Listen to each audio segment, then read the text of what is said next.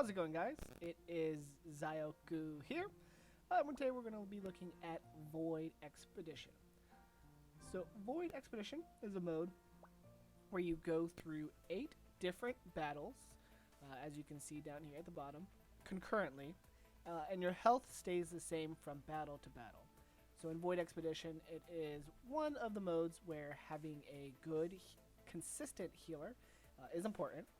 Another thing with Void Expedition, as opposed to Pandemonium, which I'm going to go over in another video, Void Expedition, I feel, relies more on area of effect, or AoE abilities, as opposed to single target, which in Pandemonium, single target is a little bit more important, aside from a specific accelerator strategy. So we're going to go ahead and this is Void Expedition. We'll do Void Expedition level 8. Level 8 is the hardest. When you first do Void Expedition, you have to start at level 1, and then you complete level 1, and you make your way all the way over to level 8. You get 2 tickets every Monday and Thursday, but the tickets don't carry over. So if you don't do your tickets on Monday and it hits Thursday, you're not going to have 4 tickets. You're only going to have 2 tickets. So make sure you use your 2 tickets before the next day. The rewards that you can get from these tickets are actually pretty good. We'll go check out those rewards real quick before we start things off. You go to Shop, Encounter. You can get S of Alicia. You can get S of Haruki, and then you can also get Swimsuit Mikoto. This is the only way you can get Swimsuit Mikoto, as well as Awakenings for Swimsuit Mikoto, as well as these other things in the shop. 2 gacha tickets, and a total of 20 Universal Shards. So all in all, pretty good rewards for Void Expedition. But we'll go ahead and do a run real quick. Level 8, confirm. So with Void Expedition, it allows you to select a bunch of different units here. I'm going to sort by capacity. It's one of the ways that I like to sort my characters when I'm selecting them. Like I said, you're going to want AoE. I'm going to use Kimono Asuna, although she's a limited unit. She isn't necessary. You don't need her to do well in Void Expedition, but she's one of the units that I have a lot of investment in, so I'm going to go ahead and use her. Miyuki is going to be my main DPS, and then we're going to go ahead and use Taiga as kind of a stat stick. This is actually my main story team, and this team works for Pandemonium, Story, and Void Expedition, so I don't have to swap units out. And then these are going to be my 3 supports. Zero is actually going to pair with Miyuki. KYH, Kuro Yukihime, is going to pair with Kimono Asuna. And Leafia is going to pair with Taiga. Some other notable units that are very good in Void Expedition. Mikoto. Mikoto Normal. I don't have her with a high capacity, so she's going to be kind of further down. Mikoto Normal, the one that you get by default, everybody gets. She is a fantastic Void Expedition unit. Very strong AoE, good abilities, good cross, so she is a great unit. Kirino, Normal, is a decent unit as a healer. If you don't have Leafia leveled up, you can always use Kirino as a healer. She also has that Frail in her climax, which could be extremely useful. Kuro Neko is another very good unit in Void Expedition. She takes a little bit of time to ramp up using her skill 1, which does minimal damage, but after you use her skill 1, on the very next turn, if you pair her with a fast support, you can use her climax skill 2, and it does a ton of damage. Alice, if you have Alice, Alice is coming out soon, so if you watch this video today or before Alice comes out, if you do decide to pull on Alice, Alice is a very strong unit in Void Expedition. And Accelerator is another fantastic unit for Void Expedition. Very strong AoE, and he can just kind of wipe the floor pretty well. Another strategy for Void Expedition is also Heavy Seal. So if you're going to do sealing and taking out units one by one, Zero, Kuroyuki Hime, Asuna support. They have strong seal, and they would be good in Void Expedition as well. One thing to note is you can have more than the 6 characters that you would have on your normal team. If I wanted to, I could add up all of these characters, and it would give me all the options to choose from those characters. If one of your units die, you can actually swap out that unit for one of these other characters that you have chosen. One thing you do have to remember is that the gear and the impression weapon it chooses is going to be at the time of creating the party. So if you don't have them geared up and you don't have them with an impression weapon, they're actually going to be significantly weaker because you can't swap that stuff while you're doing the Void Expedition. But I actually don't need these units, so I'm not going to head and not select them, just so they don't show up in my roster.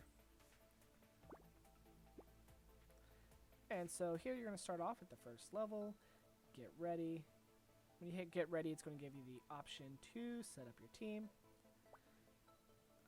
I like Miyuki in the front, Taiga in the middle, and Kimono Asa in the back.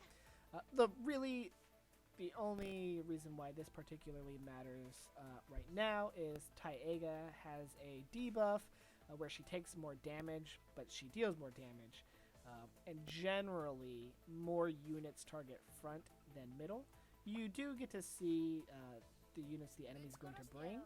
So if you want to swap the position of your units accordingly, that's actually a very smart idea, and I highly recommend it. If you're struggling with Void Expedition, whether it's Void Expedition 8, 7, 6, 5, whatever, look at your opponent's team, figure out what they do, and choose the position accordingly. I'm at the point in terms of character strength and progression where positioning doesn't matter that much unless one is quite low. Another interesting thing about Void Expedition is you start off with significantly more SP and a little bit more CP than normal. Normally you start off with 1 SP and 0 CP, but you have 7 SP and 3 CP. And what that allows you to do is get off early climaxes, so you can use a climax skill first turn. So what I'm going to go ahead and use a 4 cost ability here. And then I can use a 3 cost ability. One of the nice things with the Taiga Leafia pair is I can either heal if I felt like I needed to heal, or use her attacking skill if I didn't feel like I need to heal. Whatever 3 cost skill I want to use at the time gives me a little bit of options. And sometimes that makes a difference in terms of killing the front and or middle unit at the same time when I use my climax here. So now that I have 10 CP, I can go ahead and use Miyuki's climax. One interesting interaction is Miyuki's climax is a frail, and that pairs with Muramasa, who gains a damage bonus if the unit has a frail. And you'll be able to see after I click on this frail, she will flash. So Muramasa does work on the ability itself. And you can see there it flashed. And so you're going to get that damage buff from Muramasa.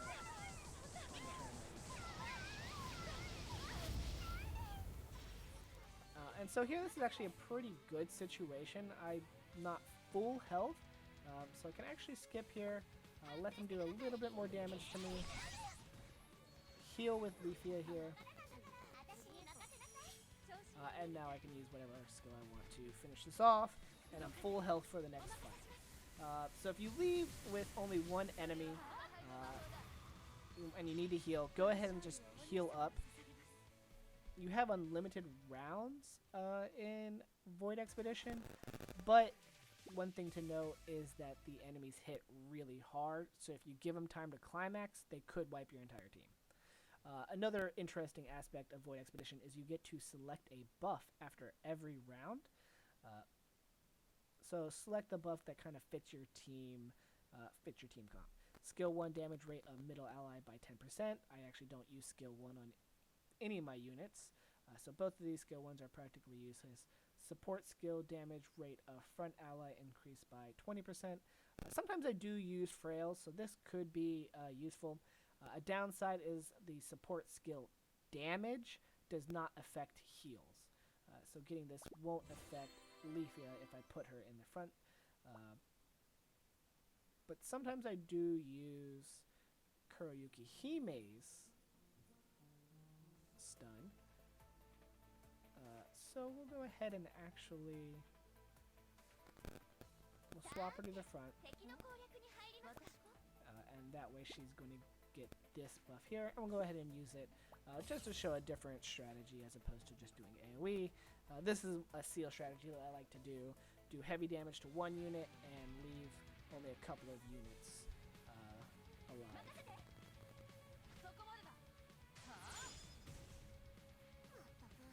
Since I'm full health, I'm going to go ahead and do the damage attack here. And so this way I am pretty much guaranteed to take out this unit here because of how much damage that single target seal did. That unit also didn't attack me since I was first and he was third. I got to skip out on the attack, and now he's going to go ahead and die, so I'm going to attack him again. So you kind of reduce your damage that you've taken. It might take a couple of turns longer, but it might be anything else soon.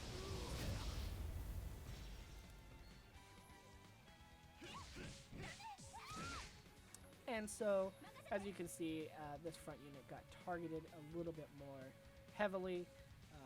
And I'm going to want to heal, so I'm going to go ahead and not use any of our abilities, because if I use our abilities, I won't have enough SP to heal.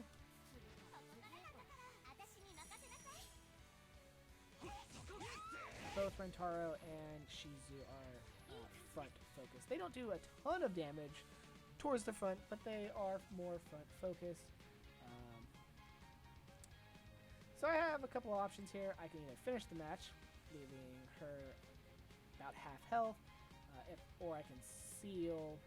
I think I'm going to go ahead and seal. Shizu's going to get a turn, so he is going to do more damage to Asuna, which I would have liked to have avoided. But now I can go ahead and use my pressure weapon, get that extra heal off, and then I should be able to finish Shizu off here.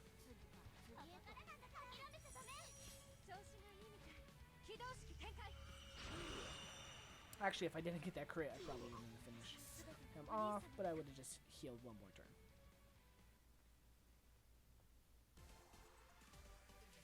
Go ahead and check out the buffs. Oof. The middle seal, the seal ones are probably the best buffs that you can pick. So if you find them, click on them. There's really almost no downside to getting that seal buff.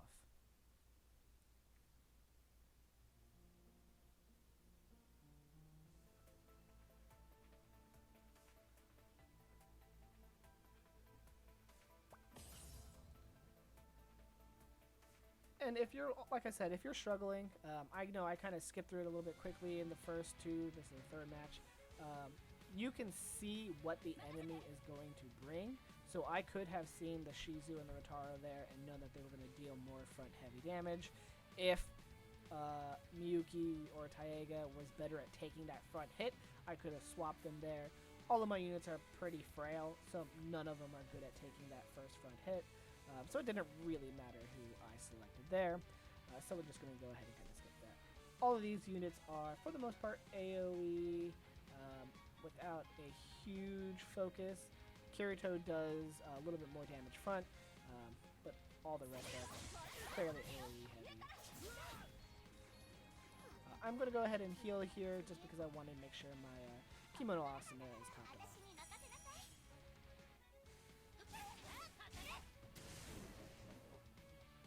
She's sealed, and now I'm going to go ahead and use this big old frail.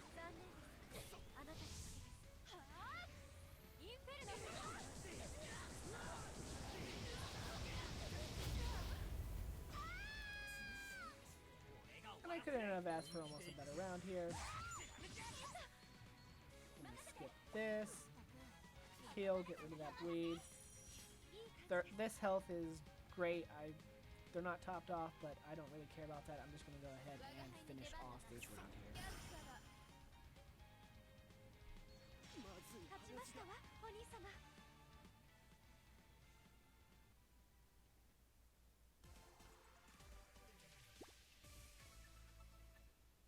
So one of the things you actually kind of want to be careful about, these aren't what I'm talking about here, but there is a buff that makes your skills cost 1, 2, 3 less. Be careful with those because if they cost less SP, they're going to give you less CP. So if you were to hit 10 CP exactly, and then you make your skill cost 1 less, now you're only hitting 9 CP, and you might not be able to use that climax. So I personally avoid those minus skill points because they're kind of they're more dangerous than what they're worth.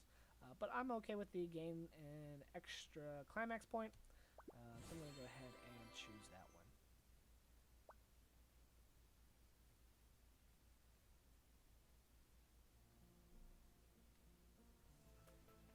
one. And another thing to note, on turns 3 and 6, you get the option to resurrect a defeated character if you have a defeated character, or heal all allies for HP equal to 30%. I believe that I have read on Reddit some people were saying this heals your current HP 30%. So you don't heal your total HP for 30%, so it's not that great of a buff, unfortunately. It looks like things are kind of loading here. This could be because of LD player.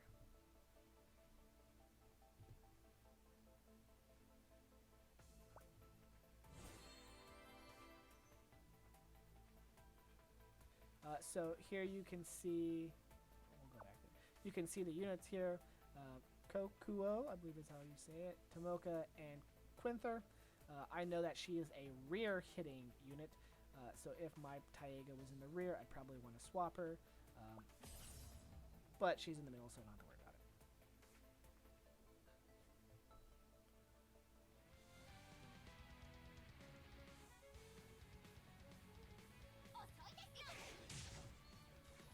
And this, I'm just going to try to do the regular, normal AoE clear. I'm going to go ahead and use Kimono Asuna skill 2, and I'm most likely going to go ahead and use Taiga skill 2. That little bit of damage there, I don't think is too much to worry about, because they're not too focused, and I am focusing more on front, so I'm hoping to kill the rear damage focus unit before she can do too much damage to my unit.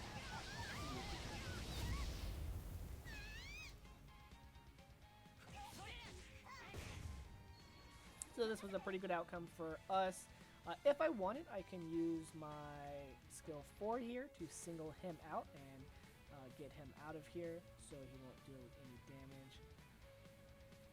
I don't know if that's the best. I'm actually not going to do that. I'm just going to heal here. And then I'm going to finish both of them off at the same time with my Miyuki.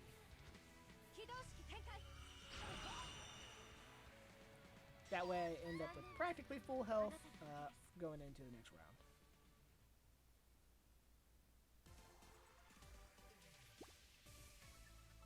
Again, another that rear seal. I'm going to go ahead and choose that one. But both of these are actually really good buffs. Start of the turn, gain a shield that absorbs 10% max HP. That's pretty strong.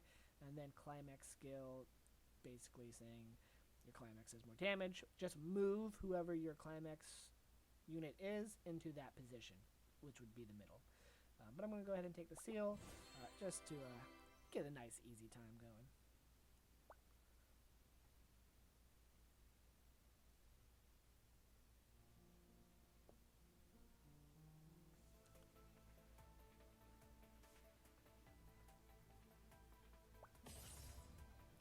Sometimes you get lucky and the seals that you have aren't the seal of your unit. So if I got a front seal, rear seal, I could use my KYH and get that middle seal, and then I could seal all 3 of their units turn 1 and take 0 damage and finish them off. That is the ideal situation. But that doesn't always happen. So we'll go ahead and roll with punches here. Again, I'm probably going to do just my quick AoE. Kill them as fast as I can.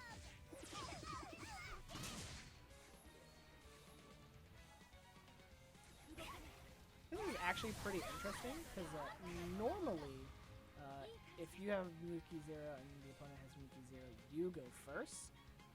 So it's interesting that it chose to let the AI go first as opposed to the player.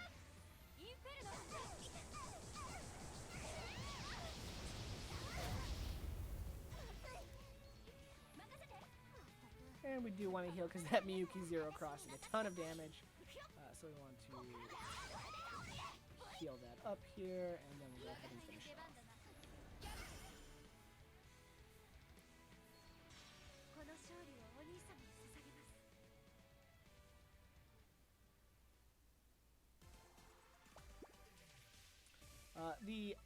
If you've noticed, there was green buffs and blue buffs before. Now we're getting purple buffs. The buffs get stronger and stronger as you go. So it's just this percentage here gets higher and higher. Even that seal lasts longer and longer if you get that seal in a higher buff color. Damage dealt of rear ally. My rear ally is Miyuki 0. They're the one doing the climax. So I'm going to go ahead and pick on that one. Just so that climax damage is dealing that much more damage.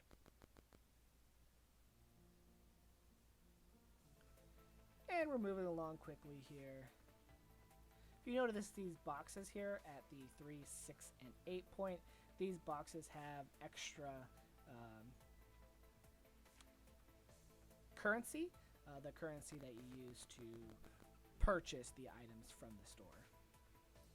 So whenever you hit these milestones, you get a bit of extra of the currency. You get 8 currency for completing each individual node, which isn't a ton, but on Void Expedition level 8, you get 50, 50, and 100. 50, 50, 100.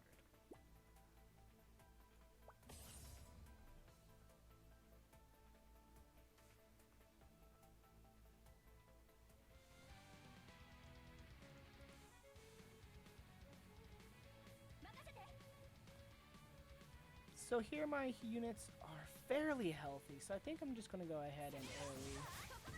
And if I have to heal, if I don't finish them all off, which I might not finish them all off, I actually might because of that 30% damage buff. We'll go ahead and see here. If I don't finish them up, I'll be able to heal up turn 2. If I do finish them all off, it's going to be my next round. But this was actually the ideal situation. The person who went last was the one person I couldn't finish off.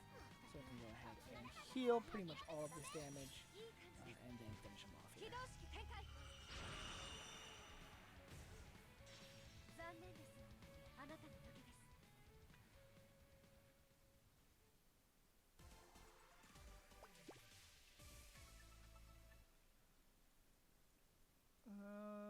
None of these really matter. This is that reduced skill point cost that I was talking about. I actively avoid these as much as possible because it hurts my planning more than it generally helps me. I'm going to go ahead with the gold one, the cross damage to the middle ally. And what I might do is actually use that cross damage and see if I can't one-shot with my Kimono Asuna cross.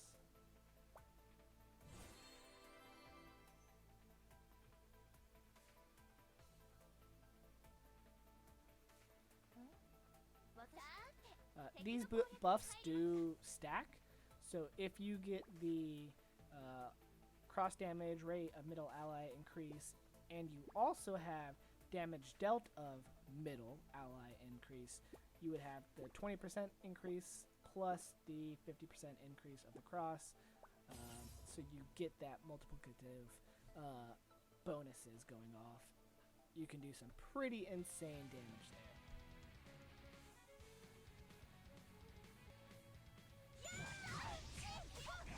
So I'm just kind of playing around here since we're doing so well. I'm going to use this low damage cross. We're going to see if I can finish off that unit in one hit, which I was capable of doing, which is always a good feeling.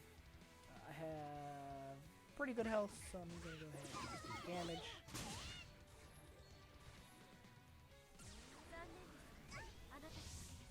Because I didn't use Kimono Asuna skill 2, most likely I'm not going to be able to use but it's not going to be a big deal. We'll just kind of pick them off one by one. Get that big damage on the cross again. Heal here. And then if I could finish her off with this, go ahead and do that. I've gotten pretty lucky on those crits. I think without a crit, I still would have done 14,000 damage. But I know one of the early ones, I definitely needed that crit. These buffs, none of them are too great. If your allies are taking deadly blows, you could take this. It only happens once during the battle. I don't really like this one too much, because if you have to use it, your units are probably too weak for that mode. I'm going to go ahead and just take the big shield. That just kind of makes things a little bit easier. And it looks like we're going to be on round 8. Nice and quick here. Just to finish up everything.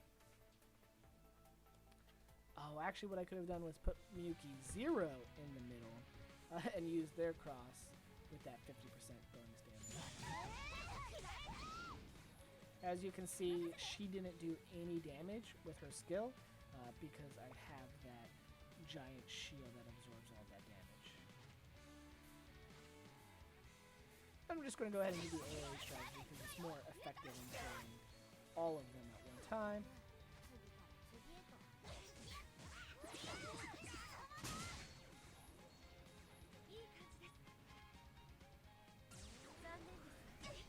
And we'll go for the big climax here. If this doesn't kill them, then I'll go ahead and just finish them off with Kimo Asana skills.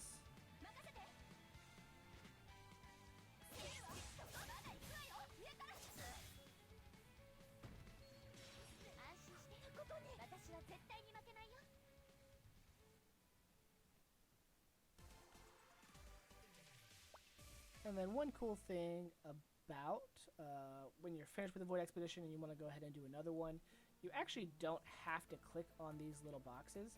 If you just hit reset here, all your unclaimed rewards will be claimed automatically after the restart. So if you click on this, hit confirm, you get the ones that you didn't click on. So if you just kind of want to breeze through and go along, then you can go ahead and do that. We'll go ahead and check on my units here now that we're done.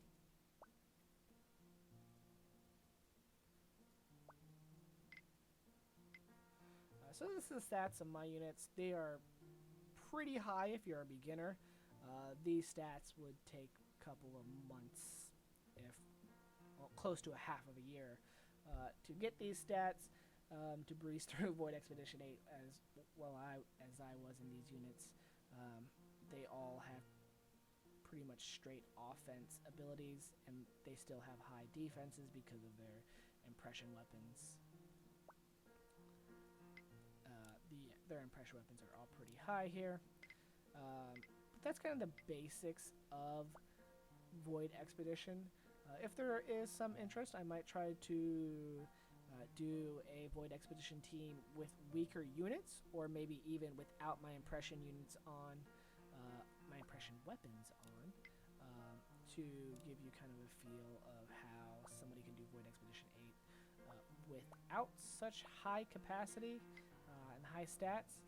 If you're interested in me doing a run without weapons to kind of get a better feel on the lower stats, I might just do without the main impression weapons, Indra, Yarn, and let's see if I remove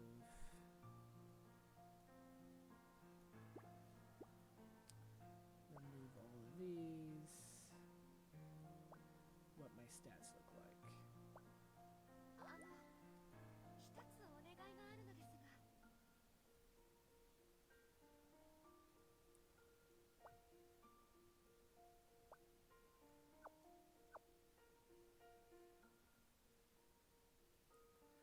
Alright, yeah, these stats look a little bit more manageable. 1,700 defense versus 20,000 or 2,000. and the high or low 2000s. A little bit lower attacks. They're not in the 1200s anymore. And then, again, of course, lower HP and then lower crit rate, crit damage. This might be closer to somebody who's been playing for 3 or 4 months. You're on Void Expedition 8 and you might be struggling a little bit because of rotations. So I'll go ahead. If you're interested, let me know.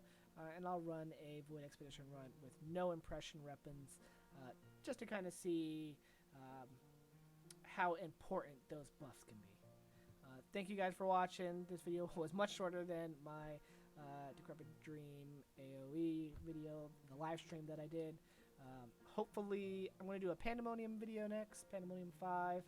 I think I'm going to run that without the impression weapons, just because the impression weapons kind of makes my stats a little bit high. So you can see a Pandemonium run with lower stats than what I have. So it's a little bit more relatable. I'm going to probably not use Kimono Asuna in my Pandemonium run as well, just because she's a limited unit. Not everybody has her, so you can see what a run without a limited unit would look like. Anyways, thank you guys for watching. This was Zioku here with some Crossing Void information. If you're interested, I'm going to be trying to make more content for you guys, more Crossing Void videos. I have a couple of things planned already.